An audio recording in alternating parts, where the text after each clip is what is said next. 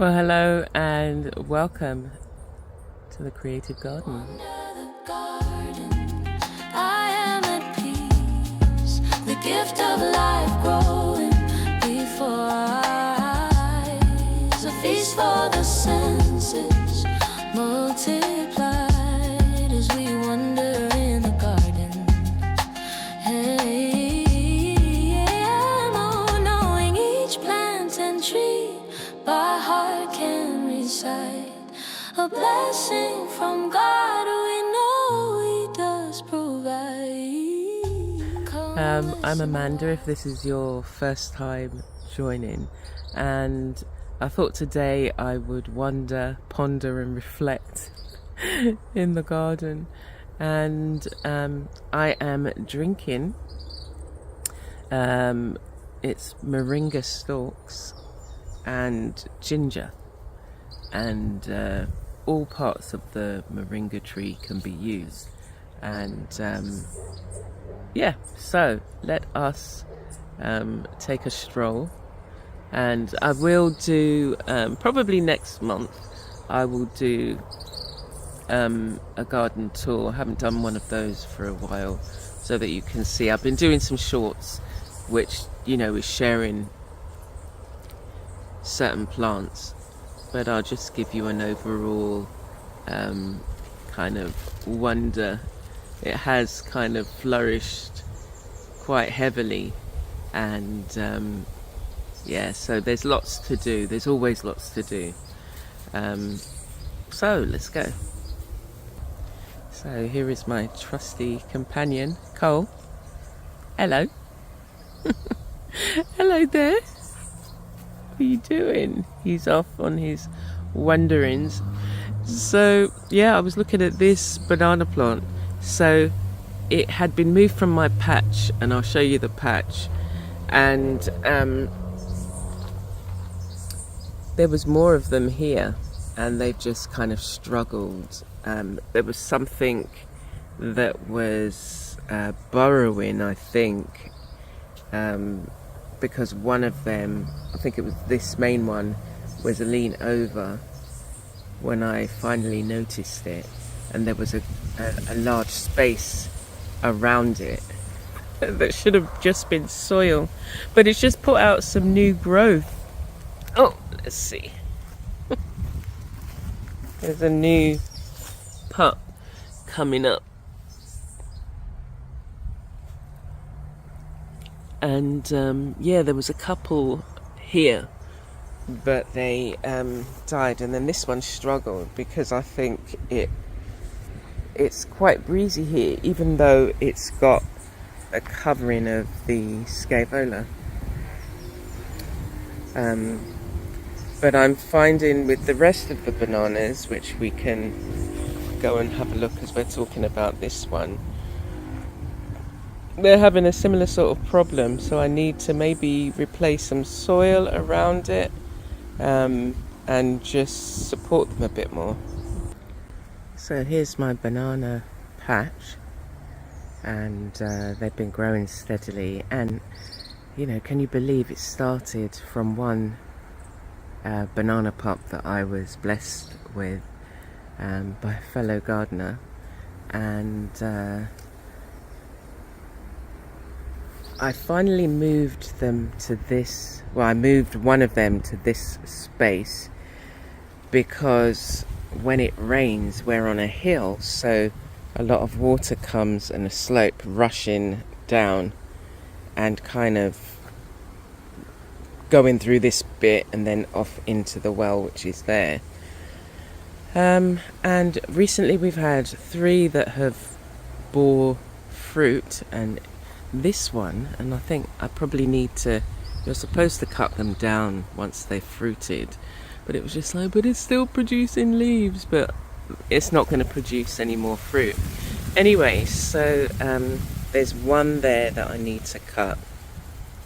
This one, I didn't even realise that you died.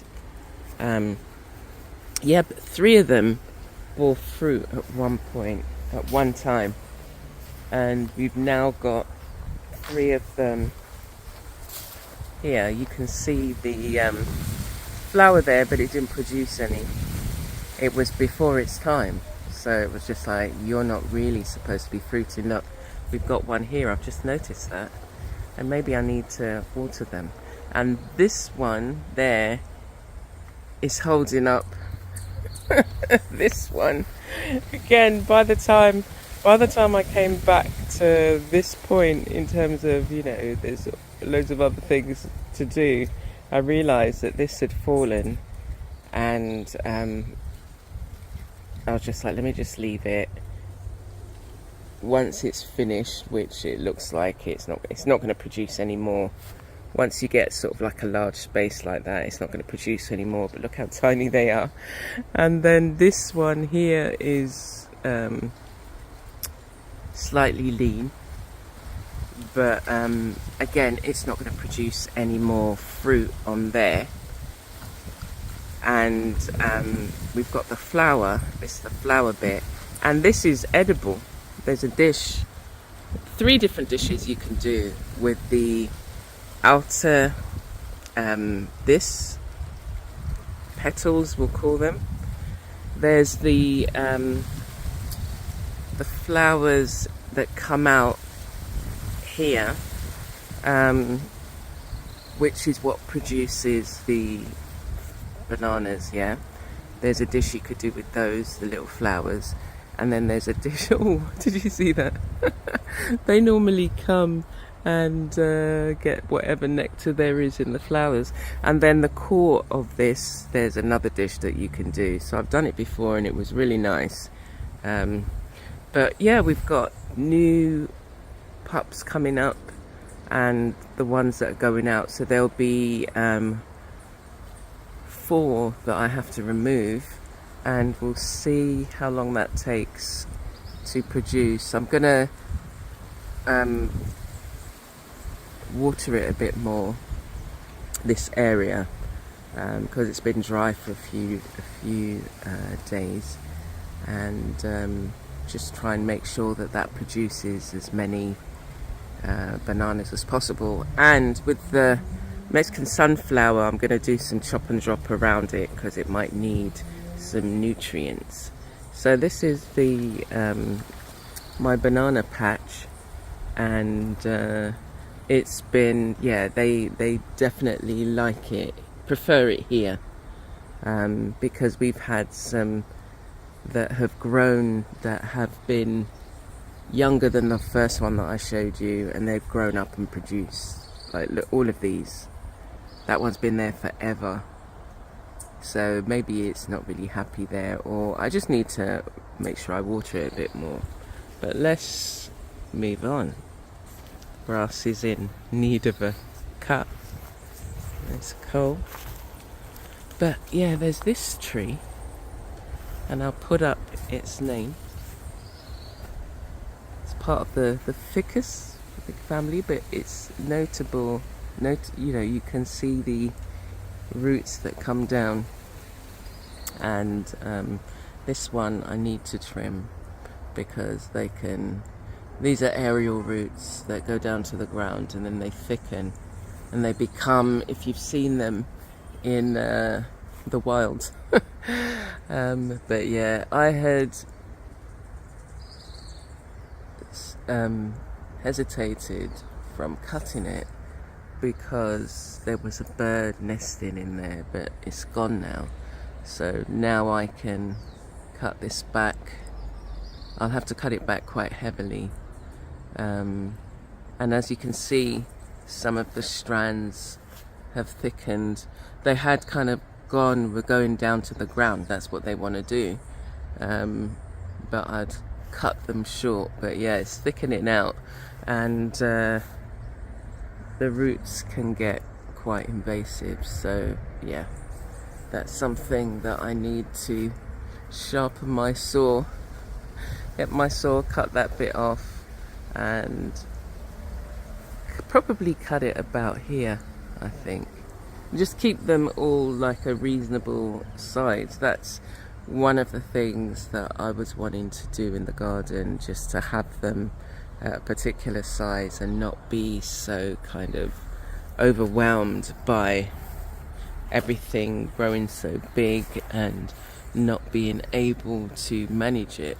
Oops, you see my finger there. Sorry about that. But yeah. So the candlestick plant I'd been growing. This had been growing quite well, and all the flowers have come off, and we're left with these. I'm just waiting for these last few to dry out, and then I'm going to cut it back because it's been growing out. And just generally all in the garden, I just need to kind of, it's tidying up, cutting back really, trimming some of the plants to where I want them. And like all of these Mexican sunflower, I didn't cut them back because they're flowering, and it's just so pretty to see the colour in the garden. And you can actually cut them back quite heavily, and you know, they come back. But the thing about them is, if you allow them to grow too tall, they get woody stems, and then it's a space that the termites love, and they go up into the root. Look, they go up into the center, munch their way through, and then it gets brittle and then breaks and they move on. So yeah, I was waiting for most of the flowers to die down, and then I cut this by half here, and then they grow back. And some that I cut, you know, right down to the ground, and they'll always sprout back up, because once they've established their roots, you know, like this, and it's such an easy plant to grow. And then I'm noticing a lot of these kind of vines creeping in. The flowers are nice, but they just take over, so you have to really kind of manage it. And I've been trying to manage the river tamarind, which the main trees are up there, and they produce hundreds of seeds. So in those seed pods up there, there's at least 8 seeds, if not more, and then they split open and scatter. And so what I did initially was I allowed them to grow on the other side of this hedge, because they happen to fall just along the path, so that they could be a hedge. But and I tried to cut these trees. I cut one of them. You'll have to excuse me. Yeah, so just cutting them there is where I want to cut them, and then I'll be able to maintain it. But again, you know, any tree that you have, if you've cut it in a way where it hasn't been a clean cut, and you've damaged it slightly, that's an opening for the pests. So and then we have, well, it's not about pests, but we have these kind of like whitefly that you have to, you know, just stay on top of. They seem to like the black tropical sage. And again, these vines, they'll just, you know, spread themselves really well. So yeah, the black tropical sage, these are the fruit. They're the flowers, and then it starts to produce like a purple fruit. The birds do like them, and then they drop and they grow where they are. So all of these have grown from just, I had one cutting, and the birds have spread them. So these need to be trimmed as well. my soursop. So this was grown from seed,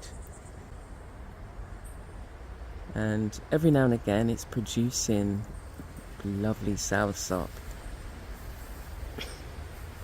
But then just before you get to pick them, the resident monkeys, well, not resident to here, but they're literally just, where are they? Can you see? There's a tree over there. Yeah, there's a tree over there. That's where the family lives. Community. And they come like they're in a supermarket. But we've got some new buds coming out. Look. There's one. That's what they look like. There's another up there. Oh, yeah, here's a bigger one. There. And that opens out. And once it's opened out, it looks like that. And that's the start of the fruit. But I can also see there's a couple of, it looks like whitefly. They're trying to get in on the action. And then there's something that bites up the leaves. But yeah, if you get here early enough, or before, you know, so I would then collect some of these leaves, and what I do is I freeze them, I put them in the freezer, and then I can take them out, because there's a point where it's growing and everything looks really lovely. And look, see, I need to come and spend some time here because this is trying to take over. And it grew from just a small little plant. It's like, well, it's not one that I planted in the garden. Anyway, so yeah, so if you can you come and then you get some of the leaves, and I use that in tea. I also put it in cooking as well. You get the nutrients from them. But yeah, it probably needs to be trimmed back. What I'll do is I'll trim it back and then see if I can plant them somewhere else. I've successfully planted from a cut-in, so as opposed to, yeah, the first time I grew this, it was from seed, and so I've been able to do both.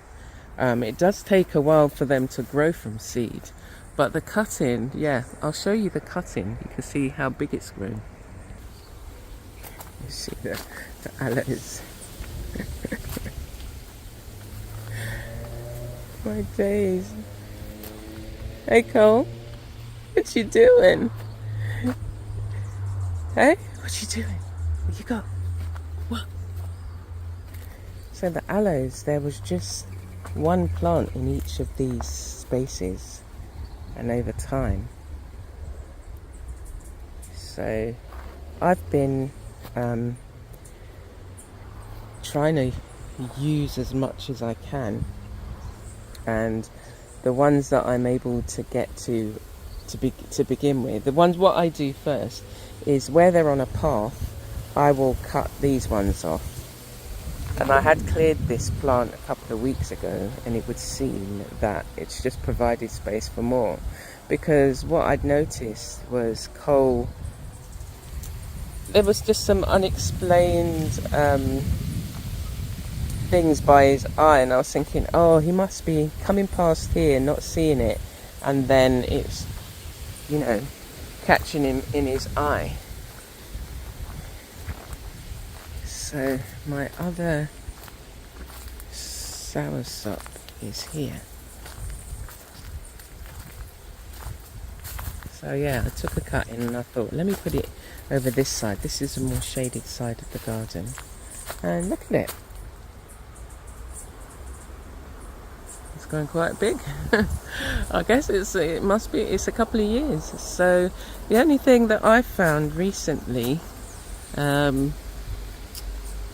so you've got your, okay, yeah, something's biting up the leaves, but there's some other insect that goes along the spine of the leaf and damages it in that way. So what I might do is just trim it back, because I don't want it growing as tall as that. All of these round here, I want to trim them, and obviously where they overhang, cut them. But it's been the home for quite a few birds. My apple blossom tree. But yeah, so I'll keep this side shaded but trim the trees a bit. And this one, over the years, every now and again a branch drops, so it's almost like it's dealing with itself. But it's grown really tall, and we've got all of the pods. It has these really lovely scented flowers, and you can see the pods up there. Those ones are going to drop soon. You see them, and once they drop anyway, well, the span of the tree, but I've been collecting them here. I don't need to grow another one of these trees. I was so excited when it did start to grow, because a bird had come and, obviously had planted it, dropped the seed. And so, because I'd been talking about this plant for the longest, and yeah, got the mango up there. Again, that one, I need to trim that one, because you're not then able to easily get the fruit. So that's what I do with the mangoes. For all the trees, it's like you decide what height. Hold on. And you have to stay on top of them, and keep them at the height that you want. But it is a constant, trimming. But I don't have those long things that you can pick the fruit. So I was just like, I saw some videos of how you can keep it to a certain height, similar to this one. It's kind of ideal, I guess, because all I need is really a ladder. But there was a lot of fruit on here previously that I could just pick, and that was the whole idea for the garden. But these ones, I need to cut that one, so that, because we want the leaves lower down, and that one for sure. Maybe what I'll do is trim it and then see if I can, from the cutting, grow it in another space.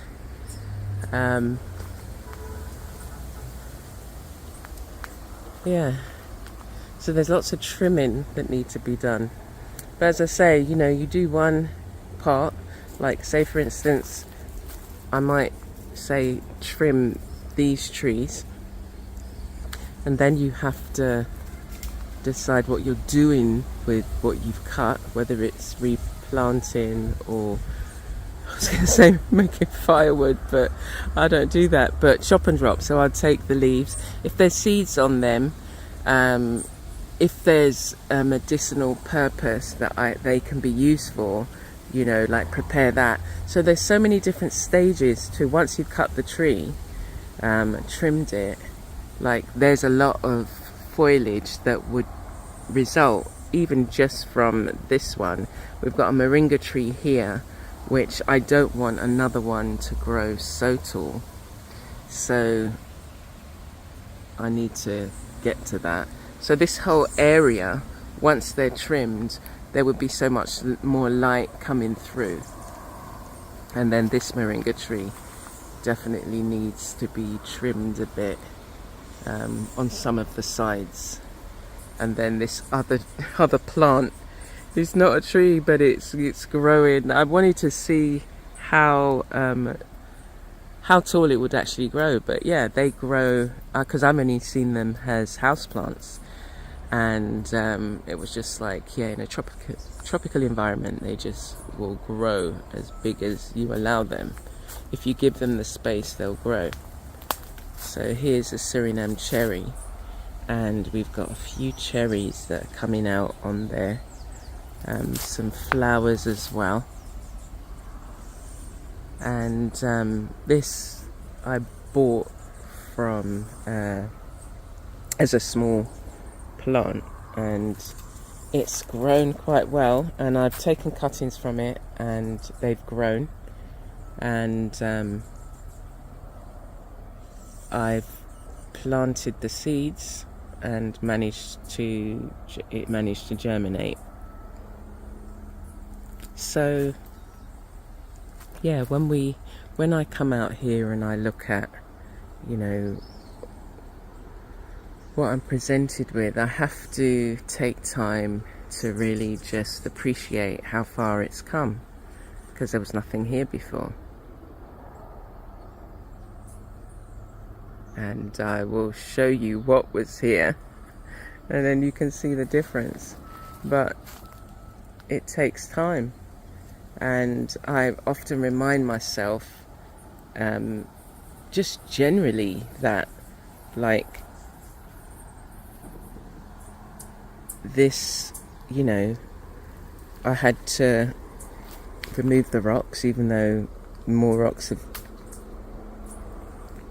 presented themselves over time.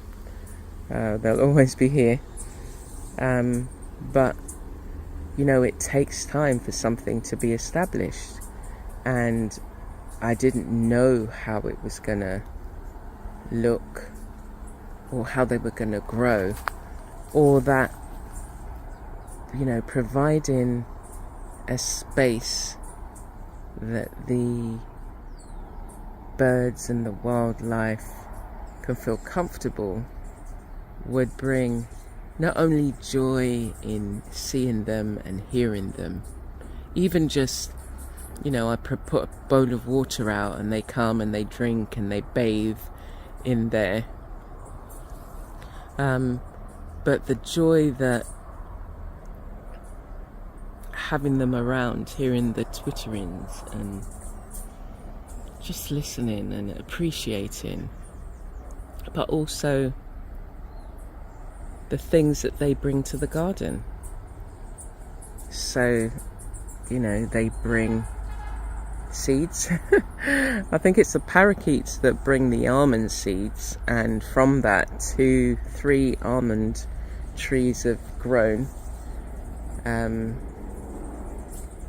There's another lovely delicate plant, I'll show you, that they drop the seeds, and where it is I just let it grow.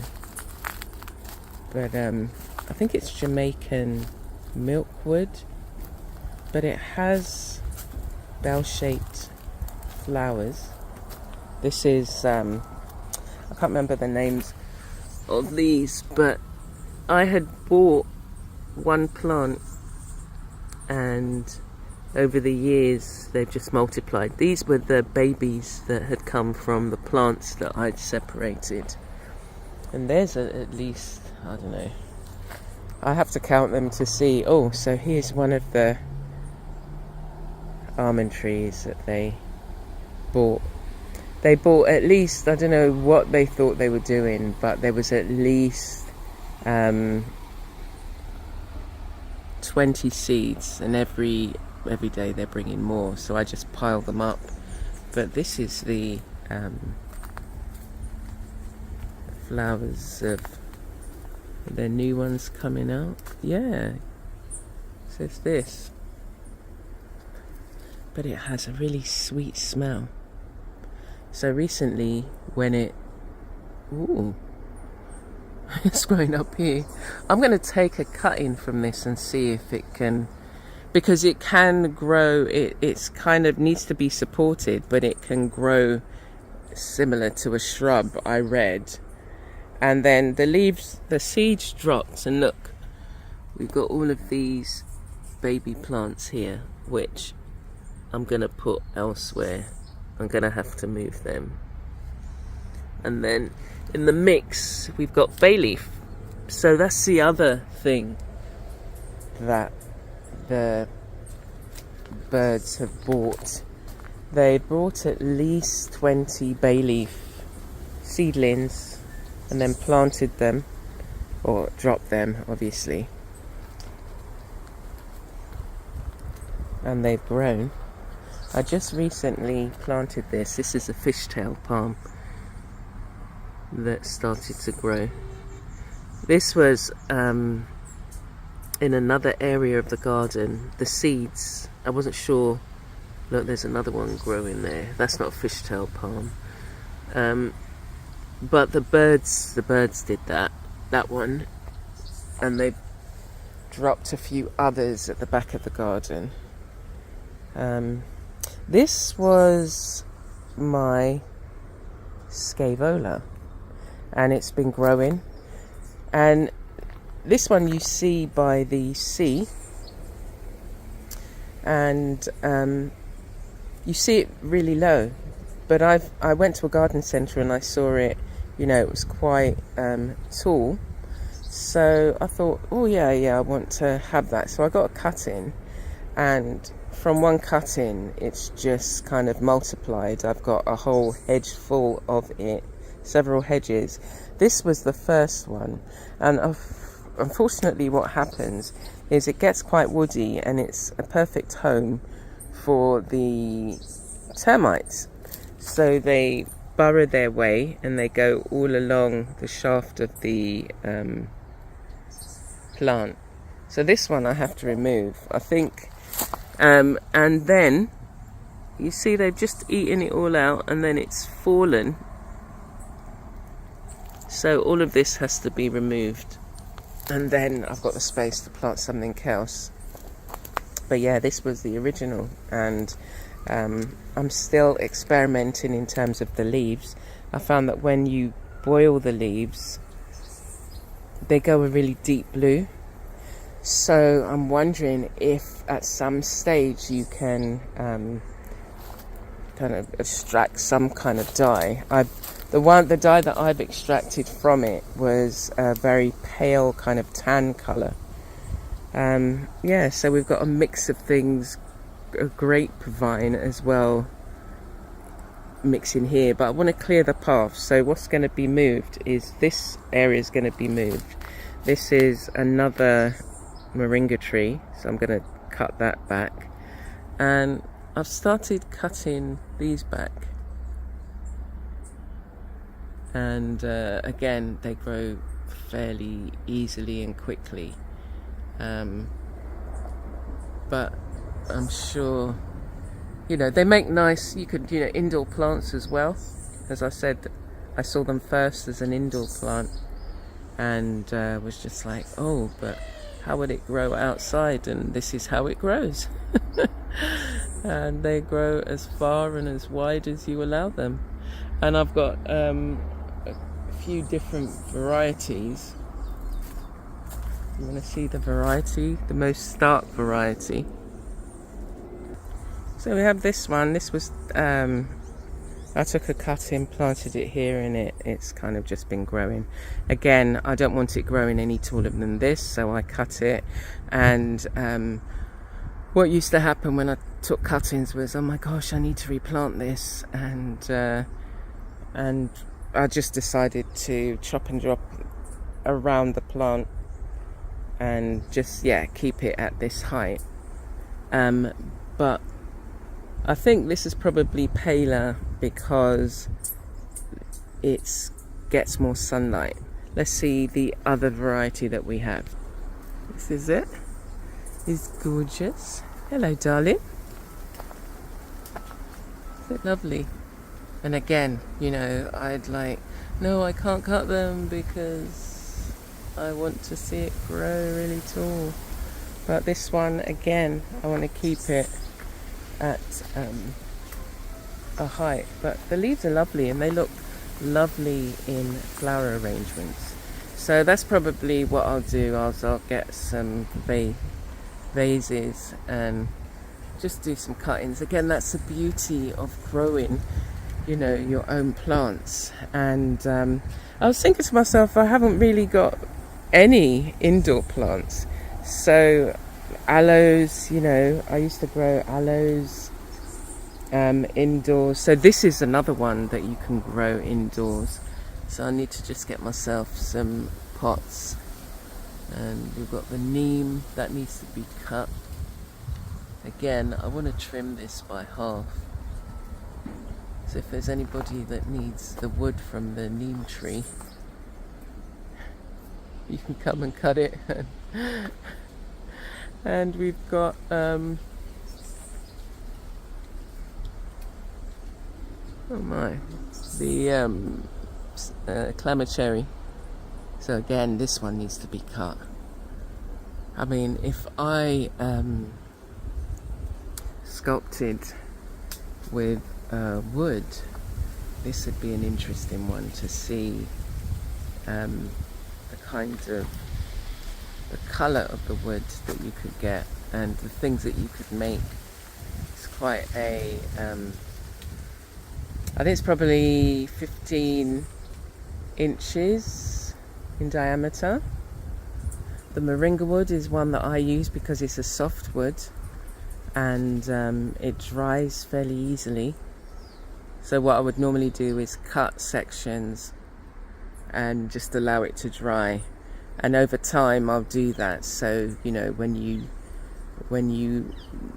have used the one that you cut a year ago or 6 months ago, but that's the fruit from the clammer cherry.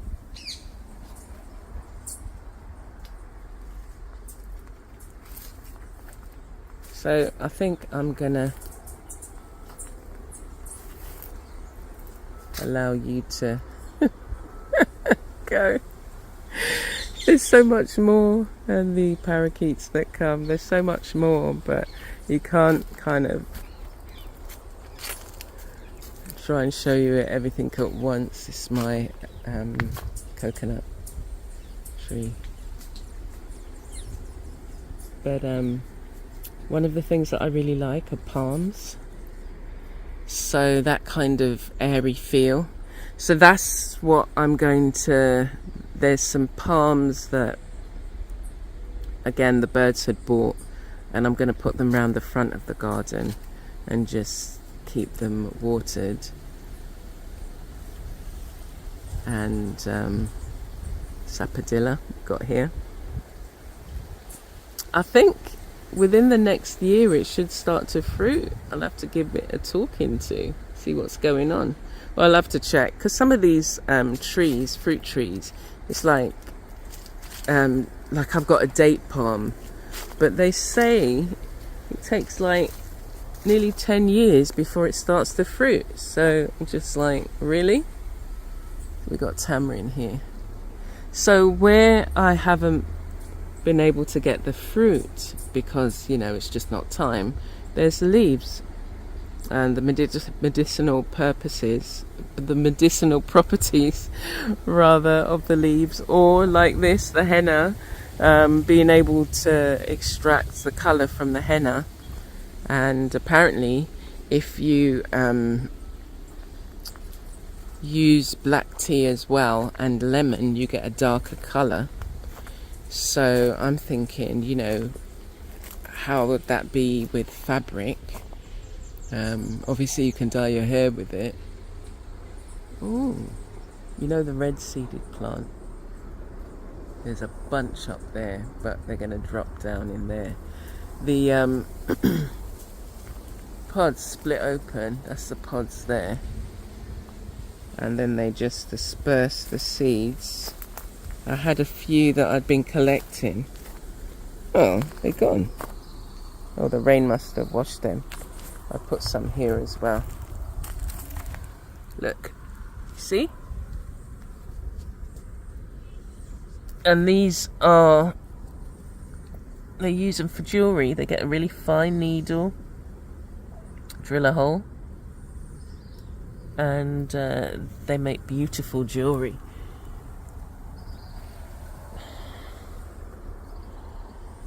But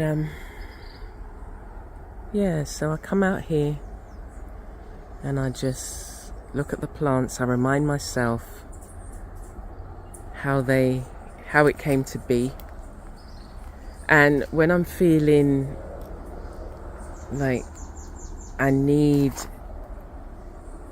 some sort of encouragement, I come out here and it's just like, look at what you did out here. Look at what you've done. Look at what you've created. You know, it didn't happen overnight. It didn't happen in a year, but it took time. And at every moment, there was something to marvel at. When I first had my aloe pup grow from one that I had, I think I'd bought it, one plant. So all of this has started from initially one plant, and then somebody I knew was throwing away 3 of these at this size. So I was just like, no, you can't throw away aloes. What's going on? And that's what's populated all of the aloes that you see. But it was just like, that didn't happen overnight, you know. And now you look at it and you see all of these bunches, these groupings of aloes, and you're so blasé about it. But the reality is these have grown over time, you know. And then when I picked the smaller ones, I put them on the side and it just looked really sparse. But look at them now, you know, all of these, and they're growing that way. So you can see, which is what I wanted actually. Sometimes you can make the mistake and they start growing towards you. Look at the broadleaf thyme, you know, from a cutting, literally this, something like this. Oops. Less than this. But they started to grow and I just dashed them, and then they grow from there. You know, they'll send out their shoots. At every point is a potential where roots can come out, and they start to grow. And look, I initially started with some bunches and was overwhelmed with them in the main part of the garden, and then I moved them to the sides, and look what they've done. Look, I didn't have to dig anything. Look, these came from ones that I'd cut and I just laid them to rest here. But I remind myself how far I've come. I remind myself, look at that.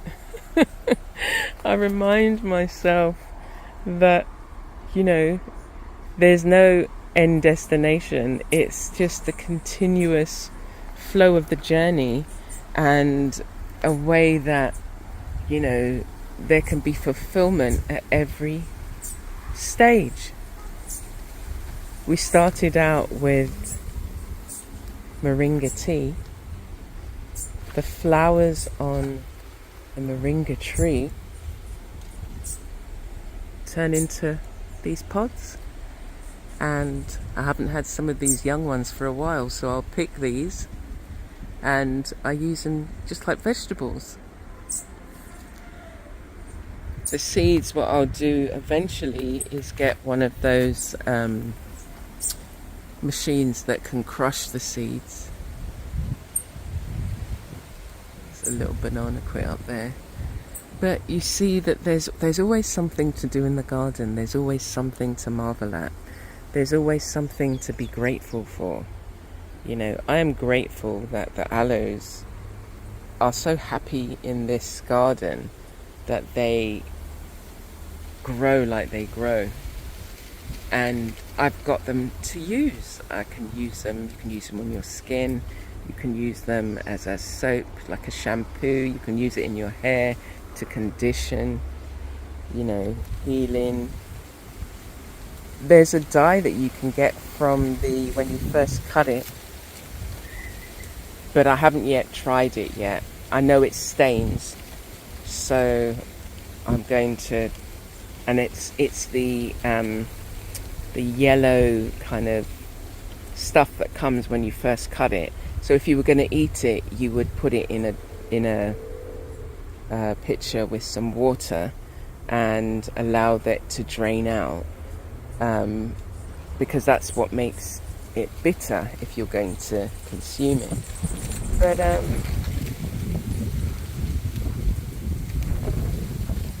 to be able to do so many things with the plants around, to learn about all of the things that you can do, the nutritional benefits, the medicinal benefits. This is supposed to be Mummy Apple. Somebody said, oh, you know how tall they grow. And it was just like, again, you decide. I can decide how big I want it to grow. I can, keep it trimmed. But yeah, you can decide. I can take a cutting and move it to the back of the garden and let it grow to its full potential. Or you can enjoy it in a smaller stage. They'll still grow, they'll still produce fruit. But yeah, this is the garden for today, and the reflections that you have to keep going. You have to provide whatever it is that you're doing with the right resources, with the right conditions.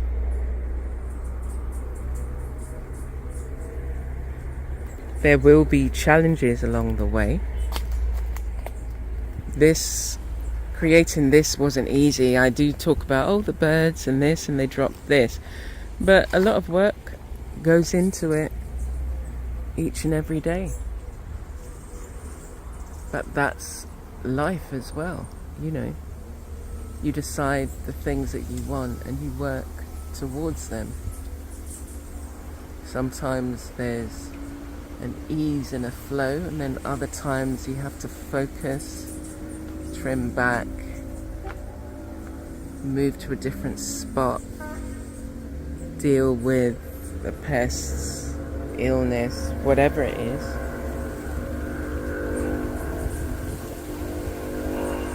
Keep going and always reflect and find the joy and the things that you can be grateful for.